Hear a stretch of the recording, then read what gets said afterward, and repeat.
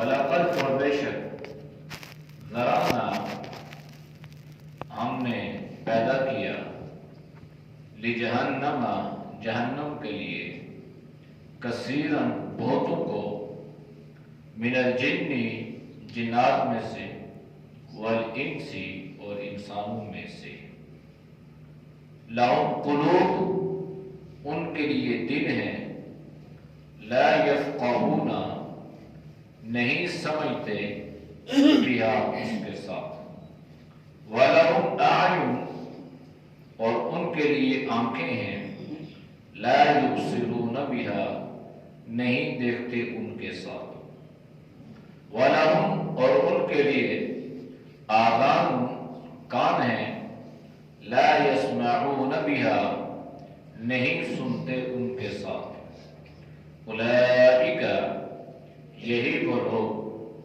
کل انعام مثل چوپایوں کے ہیں جانوروں کے ہیں بل ہم اضل بلکہ ان سے بھی زیادہ بدتر ہیں وَأُولَئِكَ هُمُ الْغَافِلُونَ یہی وہ لوگ غفلت والے ہیں غافل رہنے والے ہیں۔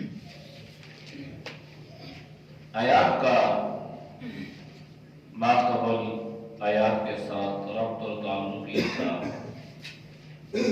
کہ اللہ نے عہد و پیمان کا ذکر فرمایا، پھر ان میں سے ان لوگوں کا بالخصوص اللہ نے ذکر فرمایا مثال کے ذریعے سے جنہوں نے اللہ سے کیے ہوئے عہد کو توڑ ڈالا۔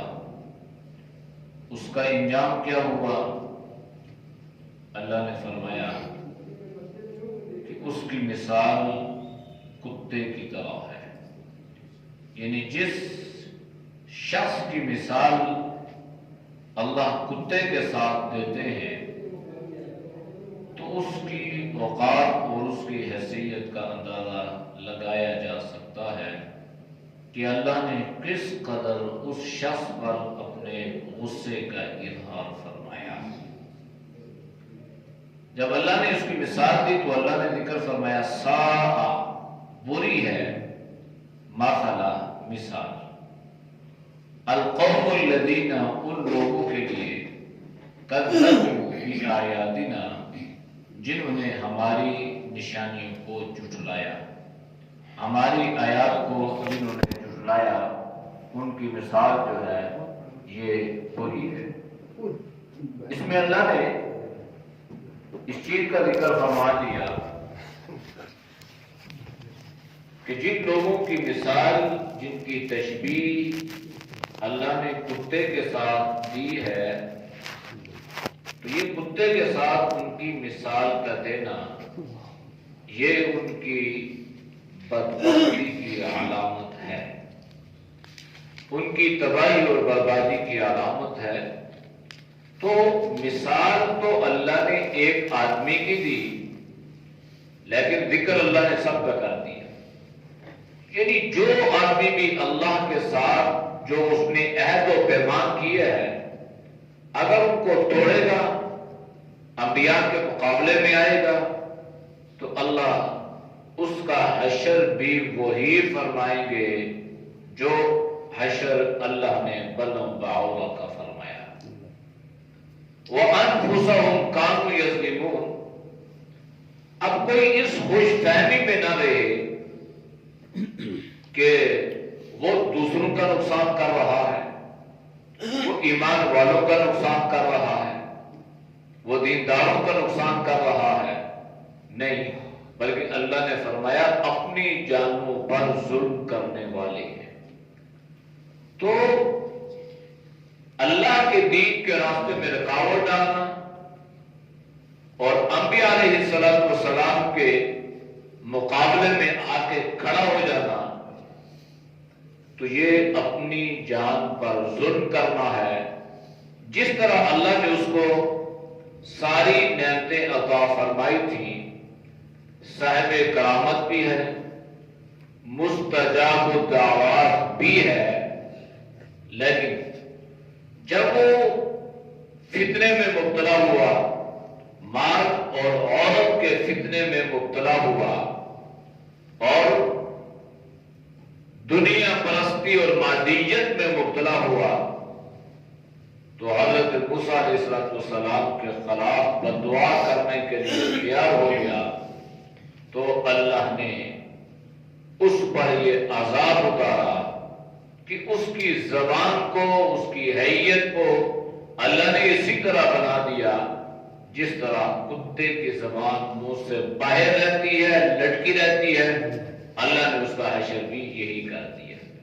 تو اس لیے اللہ نے فرمایا کہ یہ بری چیز ہے، ان لوگوں نے ہماری آیات کو جھٹلایا تھا اور انہوں نے اپنی جان پہ ظلم کیا تھا، اس لیے ان پر اللہ کا یہ غضب اور اللہ کا یہ عذاب اتارا۔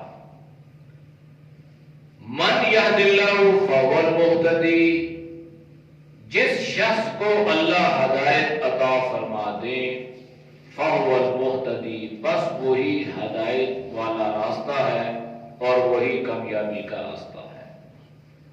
ہدایت کی نسبت اللہ نے اپنی طرف فرمائی، اور یہ ایمان اور عقیدہ ہے کہ ہر چیز کا خالق اللہ ہی ہے، خیر بھی اللہ نے پیدا کیا، شر کو بھی اللہ نے پیدا کیا، شیطان کو بھی اللہ ہی نے پیدا کیا، تو یہ خیر اور شر جو ہے اس کا ٹکراؤ، اس کا مقابلہ قیامت تک جاری رہے گا، اور اللہ نے دونوں کو اس لیے پیدا کیا تاکہ اللہ ایمان والوں کو اس کا صلہ دے اور بے ایمان لوگوں کو اللہ جہنم میں ڈالے۔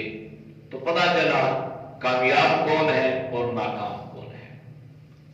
ہدایت جو ہے یہ ایک بہت قیمتی سرمایہ ہے، اور اللہ دیتا کسے ہے، یہ ملتی کسے ہے، وَيَأْتِي إِلَيْهِ مَن يُنِيبُ، جو اللہ سے ہدایت کا طالب بنے گا، اللہ سے ہدایت کو مانگے گا، اللہ اسے ہدایت عطا فرمائے گا۔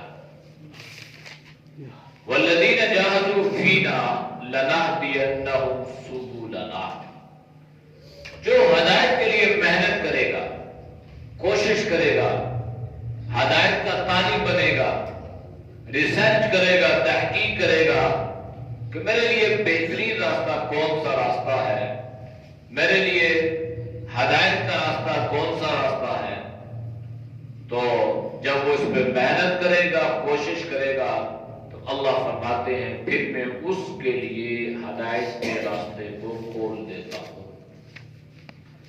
وَمَن يُضْلِلْ، اور جو گمراہ ہو گیا، اب اللہ نے یہاں نہیں یہ فرمایا يُضْلِلِ اللَّهُ، بلکہ جس نے اپنے لیے گمراہی کو پسند کر لیا، تو اللہ نے دونوں راستے بتلائے نا، یہ ہدایت کا راستہ ہے اور یہ گمراہی کا راستہ ہے۔ ہدایت پر چلنے والے یہ اعمال کرنے پڑتے ہیں، اور گمراہی کے لیے ان اعمال کو چھوڑ کے اعمال سیئہ، برے کام کرنے پڑتے ہیں، تو یہ گمراہی کا راستہ ہے، اس کا انجام یہ ہے، اور یہ ہدایت والا راستہ ہے اور اس کا انجام یہ ہے۔ تو جو گمراہی کے راستے پہ چل پڑا اور جس نے اپنے لیے گمراہی کو پسند کر لیا، اختیار کر لیا، فَأُولَٰئِکَ هُمُ الْخَاسِرُونَ، اصل میں خسارہ اور گھاٹا اسی چیز کا نام ہے۔ اس کا نام خسارہ اور گھاٹا نہیں ہے کہ کوئی مالدار نہیں ہے، کوئی بہت پڑھا لکھا نہیں ہے، کوئی بہت سمجھدار نہیں ہے، اس کا نام خسارہ گھاٹا نہیں ہے، بلکہ جس نے گمراہی کے راستے کو اختیار کر لیا، جو گمراہی کے راستے پہ چل پڑا، گمراہی کو اس نے گویا گلے کا توق بنا لیا، تو وہ خسارے میں، گھاٹے میں، نقصان میں چلا گیا۔ تو یہ خسارہ اور گھاٹا جو ہے اخروی اعتبار سے تو یقینی ہے، آخرت کا تو یقینی ہے، بسا اوقات اللہ دنیا میں بھی اس خسارے اور گھاٹے میں مبتلا کر سکتے ہیں، کر دیتے ہیں، اپنے عذاب کی صورت میں، اپنے غیظ اور غضب کی صورت میں، جس طرح اللہ نے بنی اسرائیل کو کیا، فرعونی لشکر کو کیا، اور اس بلم بعورہ کا جو ذکر ابھی گزرا ہے اس کو اللہ نے کیا. تو اس لیے کبھی بھی انسان کو اللہ کے عذاب سے غافل نہیں رہنا چاہیے. وَلَقَدْ بے شک ذرأنا ہم نے پیدا کیا. ذرأنا کا اصل معنی بکھیرنا، پھیلا دینا. اللہ نے انسان کو پیدا کیا، پھر انسان کو اللہ نے پھیلا دیا. یہ پھیلتے پھیلتے قیامت تک اللہ ان کو پھیلاتا ہی رہے گا، اور ان کو اللہ نے پوری روئے زمین پر اللہ نے بکھیر دیا. مشرق، مغرب، جنوب، شمال، جہاں جائیں گے تو آپ کو انسان ہی انسان نظر آئیں گے. تو اللہ نے فرمایا وَلَقَدْ ذَرَأْنَا، اور ہم نے پیدا کیا، ہم نے بکھیرا، ہم نے پھیلایا لِجَهَنَّمَ جہنم کے لیے کثیراً بہتوں کو من الجن والانس جنوں میں سے اور انسانوں میں سے.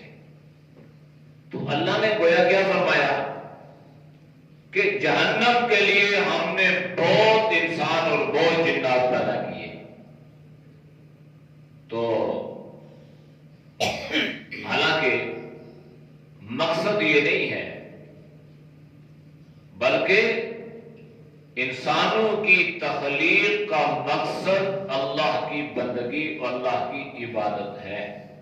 اور اللہ نے قرآن میں خود فرمایا وَمَا خَلَقْتُ الْجِنَّ وَالْإِنسَ إِلَّا لِيَعْبُدُونِ، میں نے جنات اور انسان کو اس لیے پیدا کیا ہے کہ وہ عبادت کریں، وہ بندگی کریں، وہ اللہ کو تلاش کریں، وہ اللہ کی معرفت حاصل کریں. مقصد تو یہ. اور یہاں اللہ کیا فرما رہا ہے؟ یہاں پہ اللہ یہ فرما رہا ہے کہ ہم نے جہنم کے لیے بہت سارے انسانوں اور جنات کو پیدا کیا. تو مقصد تخلیق اللہ کی عبادت تھا اور ہے، لیکن جب انسان اس مقصد تخلیق سے ہٹ گیا، اس نقطے سے ہٹ گیا، تو پھر اس کے لیے جو چیز اللہ نے پیدا کی ہے وہ ہے جہنم.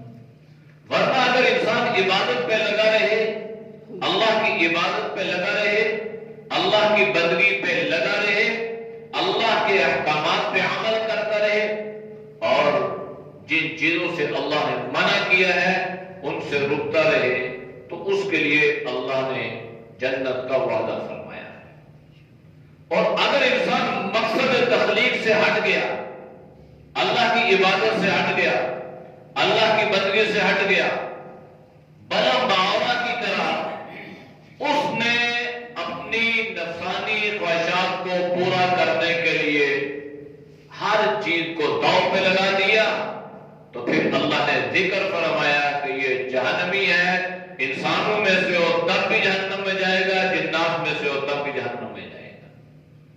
تو یہ بات ذہن میں رکھنی ہے کہ مقصد تخلیق اللہ کی عبادت ہے، لیکن اگر کوئی آدمی اس مقصد تخلیق سے ہٹ جائے تو وہ اپنے لیے اللہ کا یہ اعلان سن لے کہ اللہ فرما رہا ہے پھر میں نے بہتوں کے لیے جہنم کو پیدا کیا، بہت جہنم میں جائیں گے، انسانوں میں سے جائیں گے، جنات میں سے جائیں گے. اللہ نے قرآن میں دوسری جگہ ذکر فرمایا کہ جب جہنم میں بہت اللہ انسانوں کو ڈال دے گا تو پھر اللہ جہنم سے پوچھے گا یوم نقول لجہنم هل امتلأت، جہنم سے اللہ پوچھے گا کیا تو بھر گئی؟ تو جہنم کہے گی وتقول هل من مزید، کوئی اور بھی ہے تو اس کے لیے میں تیار ہوں. یعنی اللہ کا جب تک جس کے لیے حکم رہے گا اللہ اس کو جہنم میں ڈالتا رہے گا. آخری انسان تک کتنے لاکھوں انسان اس جہنم میں چلے جائیں گے، جہنم نہیں بھرے گی، یہ اللہ اس کو پھیلاتا چلا جائے گا، پھیلتی چلی جائے گی. تو اس لیے من الجنۃ والناس، جنات اور انسان کا ذکر اللہ نے قرآن میں اکٹھے بعض جگہوں پہ فرمایا ہے.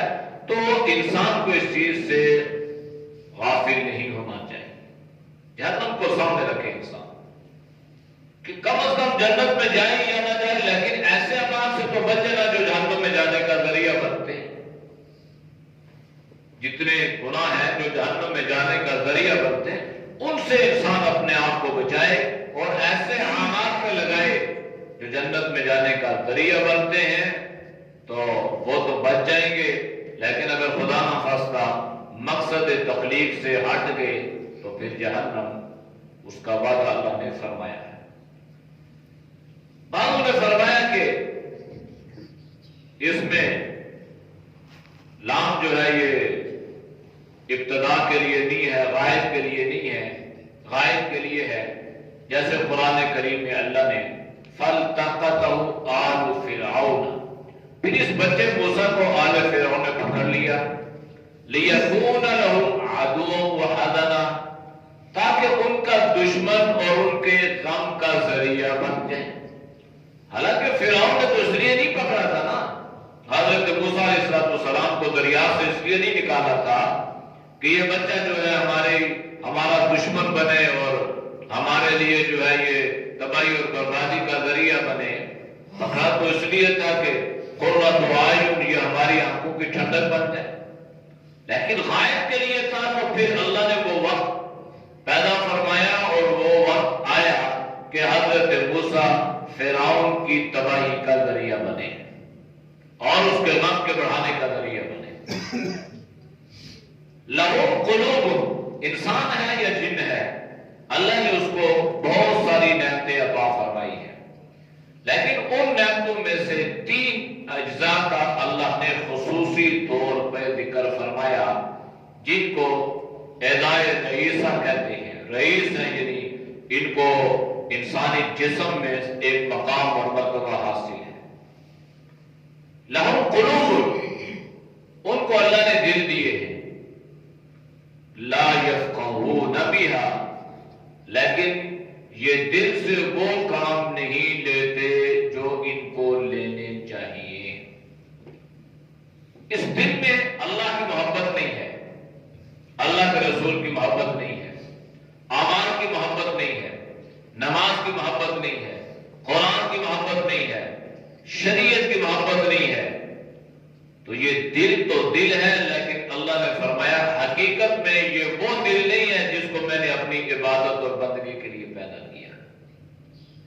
دل اللہ نے اس لیے پیدا کیا کہ اس دل میں اللہ کا خوف، اللہ کا ڈر، عذاب جہنم سے اپنے آپ کو بچانے کی فکر اور خواہشات سے اپنے آپ کو بچانے کا طرز عمل اللہ نے دل کی کو اس لیے پیدا فرمایا اور اس کو سارے اعضاء کا سردار بنایا۔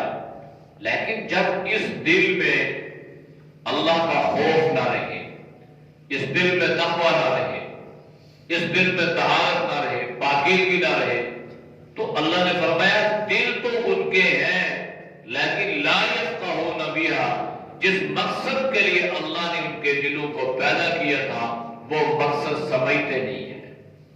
اور وہ مقصد کیا تھا؟ الا لیعبدوا، وہ اللہ کی عبادت اور بندگی تھا۔ تو دل جو ہے نا ایک بہت اہم چیز ہے۔ آپ صلی اللہ علیہ وسلم نے فرمایا کہ انسانی جسم میں گوشت کا ایک لوتھڑا ہے، اگر یہ درست ہے تو سارا جسم درست ہے۔ اور آپ نے فرمایا الا وہی القلب، خبردار یہ دل ہے۔ یعنی اگر دل میں اللہ کا خوف ہے تو سب ٹھیک ہے، اور اگر خدا نہ خواستہ دل میں اللہ کا خوف اور اللہ کا ڈر نہیں ہے تو پھر کچھ بھی نہیں ہے۔ دل کو قلب کہتے ہیں اور قلب کا معنی ہے الٹنا پلٹنا، اور اللہ کا نظام یہ ہے کہ اس دل کو اللہ نے جسم میں جو رکھا ہوا ہے یہ الٹا اللہ نے وہاں پر بھی الٹا ہی رکھا ہوا ہے، تو اس لیے اس کو قلب کہتے ہیں۔ اور قرآن کریم میں آگے سورۃ الانفال میں آ رہا ہے وَاعْلَمُوا أَنَّ اللَّهَ يَحُولُ بَيْنَ الْمَرْءِ وَقَلْبِهِ، انسان کے دل میں جب کسی نیکی کا کوئی داعیہ پیدا ہو، نیکی کا کوئی جذبہ پیدا ہو نیک کام کرنے کا، تو اللہ یہ فرما رہا ہے کہ اس میں تاخیر مت کرو، اس میں دیر مت کرو، ایسا نہ ہو کہ اس دل کے درمیان کوئی اور چیز حائل ہو جائے، پھر تم نیکی کرنا بھی چاہو اور نہ کر سکو۔ اور یہ اکثر دیکھا بھی ہے، انسان نے ایک ارادہ کیا میں نے یہ کام کرنا ہے، فی الفور نہ کیا، اس میں تاخیر کر دی، وہ تاخیر کرتے کرتے یہاں تک کہ وہ اس کام سے بھی محروم ہو گیا۔ اس لیے اس دل کا اعتبار نہیں ہے، یہ الٹتا پلٹتا رہتا ہے۔ یار جب انسان کے اندر دین کا یا کسی عمل کے کرنے کا کوئی جذبہ یا احساس یا شعور پیدا ہو تو اس کو اللہ کی توفیق سمجھ کے فوراً کرنا یہ انسان کے حق میں بہتر ہے۔ اگر تاخیر کی تو ممکن ہے اسے پھر یہ موقع نصیب ہو یا نہ ہو۔ آپ صلی اللہ علیہ وسلم کی دعا فرمایا کرتے تھے کہ یا اللہ اے دلوں کے پلٹنے والے، ہمارے دل کو اپنے دین پر قائم فرمانا، ثبت قلبی علی اطاعتک، اور ایک روایت میں ثبت قلبی علی دینک۔ اس لیے پتہ نہیں ہے انسان پہلے دل تو ان کے تھے، لیکن جس مقصد کے لیے اللہ نے پیدا کیا نا وہ مقصد ان کے دلوں سے اٹھ چکا تھا۔ وَلَهُمْ أَعْيُنٌ، ان کی آنکھیں بھی تھی، دیکھتے بھی ہیں، سب کچھ دیکھ رہے ہیں، لیکن جس مقصد کے لیے اللہ نے آنکھ کو بنایا تھا وہ اس مقصد کو بھول گئے۔ آنکھ کو اللہ نے بنایا کہ اللہ کی تخلیق کردہ چیزوں کا مشاہدہ کرو، اللہ کا قرآن دیکھو، اس آنکھ کو اللہ کے دین کے لیے استعمال کرو اور اس کو برائیوں سے بچاؤ۔ آپ صلی اللہ علیہ وسلم نے فرمایا کہ یہ جو نظر ہے نا، نظر یہ ابلیس کے تیروں میں سے ایک تیر ہے، سہم من ابلیس، ابلیس کے تیروں میں سے ایک تیر ہے۔ تو ابلیس کے جو تیر ہیں وہ گمراہی کے تیر ہیں۔ تو اگر نظر کی حفاظت نہ کی تو پھر انسان کے لیے گمراہی کے علاوہ کوئی اور راستہ نہیں ہو۔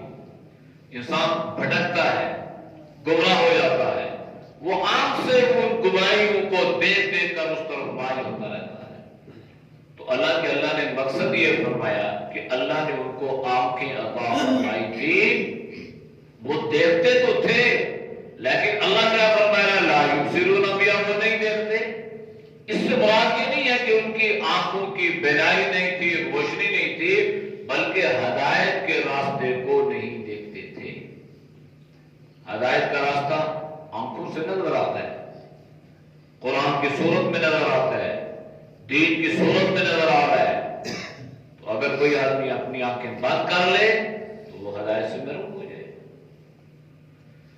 وَلَهُمْ آذَانٌ لَا يَسْمَعُونَ بِهَا، اللہ نے انہیں کان بھی عطا فرمائے تھے لیکن لا يَسْمَعُونَ بِهَا، وہ سنتے نہیں تھے ان کانوں سے۔ کانوں میں کیا کرتے؟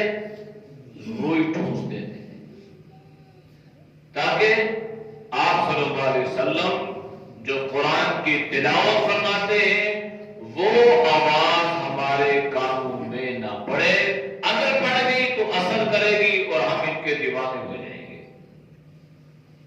یہ تو اللہ نے مقصد کیا بیان فرمایا تھا کہ مقصد تو یہ تھا کہ انسان ان کانوں کو اللہ کے دین کے لیے استعمال کرے، اللہ کا قرآن سنے، اللہ کا قرآن سنے، دین کی باتیں سنے، اور اس سے مراد یہ بھی نہیں ہے کہ وہ دنیا کے کام کاج دھندوں کی باتیں نہیں سنے، لیکن مقصد یہ ہے کہ استعمال درست ہو، غیبت نہ سنو، گالیاں نہ سنو، برائیاں نہ سنو، گانے نہ سنو، اچھائی سنو، اچھائی کے لیے۔ اگر پڑھ گئی تو اللہ سے معافی مانگو۔ اب یہ مقصد ہے جو اللہ نے قرآن میں کانوں کا مقصد بیان فرمایا ہے۔ وَلَهُمْ آذَانٌ لَا يَسْمَعُونَ بِهَا، ان کے کان ہیں لیکن سنتے نہیں۔ آپ صلی اللہ علیہ وسلم نے ایک مرتبہ حضرت ابی بن کعب رضی اللہ تعالیٰ عنہ جو قاری قرآن تھے ان سے فرمایا اے ابی قرآن کی تلاوت کرو، میں سننا چاہتا ہوں۔ تو حضرت ابی کہنے لگے اللہ کے نبی آپ نے تو قرآن اترا ہے، آپ تو صاحب قرآن ہیں۔ فرمایا نہیں، آج میرا دل کر رہا ہے۔ تو اللہ کے نبی نے ایک سنت، ایک طریقہ امت کو بتلایا کہ پڑھنا، تلاوت کرنا یہ بھی ثواب اور اجر لیکن قرآن کریم کا سننا یہ بھی جناب نبی کریم صلی اللہ علیہ وسلم کی سنت ہے. ہمارے بزرگوں کا یہ معمول تھا کہ وہ قرآن کو سنتے تھے. تلاوت بھائی آپ قرآن کی تلاوت سنائیں, آج فلاں قرآن کی تلاوت سنائیں. تو قرآن میں اللہ نے ایک تاثیر رکھی ہے, یہ دلوں پہ اثر کرتی ہے, دلوں کو جلا بخشتی ہے. تو آپ صلی اللہ علیہ وسلم حضرت ابی بن کعب رضی اللہ تعالی عنہ سے قرآن سن کے سمجھانا یہ چاہتے ہیں کہ اللہ نے قرآن جو کان آپ کو عطا فرمائے ہیں وہ اصل میں یہ ہے کہ اس کو دین کے سننے پر لگاؤ, اچھے کاموں کے ساتھ کرو. اولئک کالانعام بعضهم اضل, اللہ نے فرمایا کہ یہ وہ لوگ ہیں نا جو دل سے سمجھتے نہیں, آنکھوں سے دیکھتے نہیں, کانوں سے سنتے نہیں. اللہ نے فرمایا یہ جانور ہیں بلکہ ان سے بھی زیادہ بدتر ہے, ان سے بھی گمراہ ہے. جانوروں سے بدتر کیوں کہا؟ مفسرین نے اس میں بڑی لمبی چوڑی بحث لکھی ہے جس کا خلاصہ اور حاصل کلام یہ ہے کہ بعض چیزیں ایسی ہیں جو اللہ نے انسانوں کو بھی دی, حیوانوں کو بھی دی. بعض چیزیں ایسی ہیں جو اللہ نے انسانوں کو دی, حیوانات کو نہیں دی. اسی لیے انسانوں کو اللہ نے اشرف المخلوقات, ساری مخلوقات سے افضل, اشرف, عرفہ, اعلیٰ ہے. تو یہ جو شعور ہے نا, سوجھ بوجھ, عقل سلیم, فہم, فراست, یہ اللہ نے انسان کو عطا فرمایا. اگر یہ ساری چیزیں کا استعمال درست ہو, انسان کو یہ کام ہے, تو پھر انسان تو انسان, اس کا مقام اور مرتبہ تو فرشتوں سے بھی آگے چلا جائے. لیکن اگر خدا نخواستہ انسان نے ان ساری چیزوں کا استعمال درست نہ کیا تو پھر یہ انسان جانوروں سے بھی بدتر اس لیے ہو جائے گا کہ جانور جو ہے نا جس مالک کا کھاتے ہیں اس سے وفا کرتے ہیں. آپ گائے بھینس کو لے لیں, سارا دن انسان خوراک ڈالتا ہے, چراتا ہے, دودھ انسان دھوتا ہے تو دودھ دے دیتی, کبھی انکار نہیں کیا انہوں نے. اسی طرح جب انسان انہیں ذبح کرتا ہے تو اس سے کس طرح انسان فائدے اٹھاتا ہے, سواریوں کے کام آتے ہیں. تو مقصد یہ کہ وہ مالک کے وفادار ہے, اور انسان ہے کہ اللہ نے ساری نعمتیں اسے عطا فرمائی, پھر بھی یہ جانوروں سے بھی بدتر ہو گیا کہ وہ جانور ہو کر اپنے مالک کی فرمانبرداری کرتے ہیں اور ہم انسان ہو کر اپنے مالک کی نافرمانی کرتے ہیں. امام غزالی رحمۃ اللہ علیہ نے لکھا ہے کہ یہ انسان صبح سویا ہے, نہ فجر کی نماز ہے, نہ قرآن کی تلاوت ہے, نہ ذکر اذکار ہے, اور یہ چرند پرند ان انسانوں سے ہلاک کرتے بہتر ہے جو صبح اٹھ کے اللہ کی تسبیحات کو بیان کر رہے ہوتے ہیں. تو اس لیے اللہ نے فرمایا اصل انسانیت یہ ہے, یعنی انسان اصل میں وہ ہے جو احکامات خداوندی کا پابند ہے اور جو ان نعمتوں کا استعمال درست کر رہا وہ انسان ہے. بظاہر اگر وہ نظر آنے میں تو انسان ہے لیکن وہ ہے اللہ کا نافرمان. اللہ نے فرمایا یہ جانوروں سے بھی بدتر ہے, یہ گمراہ ہے, ان سے بھی دور ہے. اولئک هم الغافلون, اور یہ وہ لوگ ہیں جو اللہ کی یاد سے, اللہ کے ذکر سے, دین سے غافل اور بے خبر ہے. اعوذ باللہ من الشیطان الرجیم, بسم اللہ الرحمن الرحیم. ساء مثلا القوم الذین كذبوا بآياتنا وأنفسهم كانوا يظلمون. من يهد الله فهو المهتدي ومن يضلل فأولئك هم الخاسرون. ولقد ذرأنا لجهنم كثيرا من الجن والإنس قلوب لا يفقهون بها ولهم أعين لا يبصرون بها ولهم آذان لا يسمعون بها أولئك كالأنعام بل هم أضل أولئك هم الغافلون. الحمد لله رب العالمين والعاقبة للمتقين والصلاة والسلام على خير خلقه محمد وعلى آله وصحبه أجمعين. یا اللہ ہم سب کے صغیرت برادر ہم کو معاف فرما، گناہوں سے حفاظت فرما، نیک اعمال کی توفیق نصیب فرما، برے اعمال سے برے خیالات سے اللہ تو سب کے حفاظت فرما۔ یا اللہ تو نے جتنی نعمتیں عطا فرمائی ہیں یا اللہ ہر نعمت کا حق ادا کرنے کی توفیق نصیب فرما۔ اے اللہ ہمارے دلوں کو یا دین کی طرف مائل فرما، ہمارے دلوں میں یا اللہ تو اپنے حبیب صلی اللہ علیہ وسلم کی محبت کو پیدا فرما۔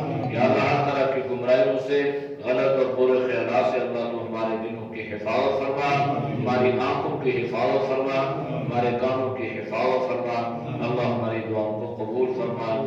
صلی اللہ تعالی علی نبی الامی وعلی آلہ وصحبہ اجمعین برحمتک یا ارحم الراحمین۔